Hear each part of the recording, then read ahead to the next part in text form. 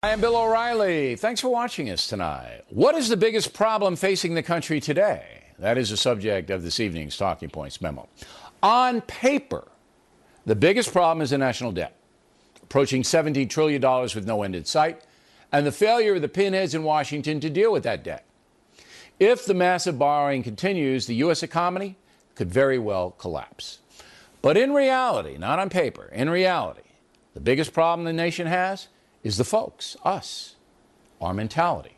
It is changing.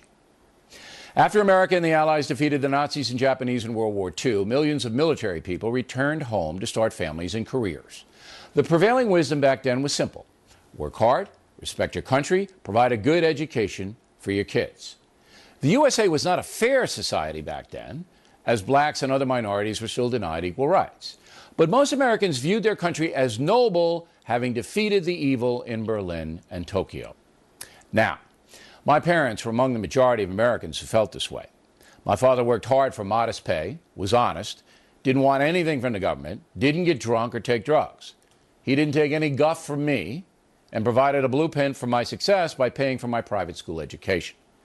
My parents didn't coddle me, insisted that I work for my money by cutting lawns and shoveling snow, and did not care at all whether I liked it or not. The nuns demanded that I learn math, English, and history. The brothers at Chaminade High School gave me 3 hours of homework a night. Nobody mentioned welfare programs. So I worked hard, played sports, and toughed out the hard times, not depending on daddy or mommy or anyone else. I made my own way. And here I am.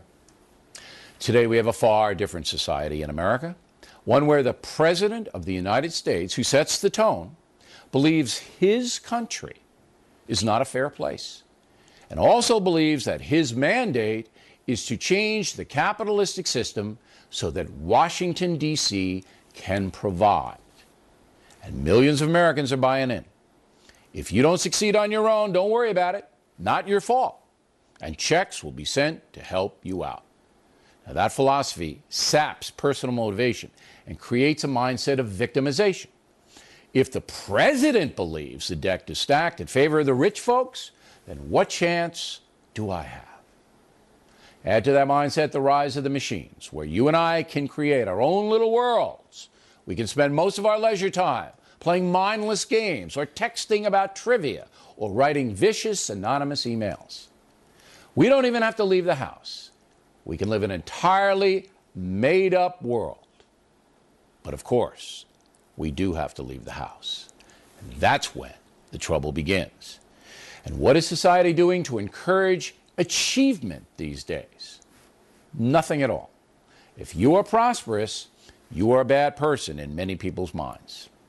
Now, tomorrow, Talking Points will pinpoint how judges and politicians are imposing a completely different country on all of us from the one that my parents lived in.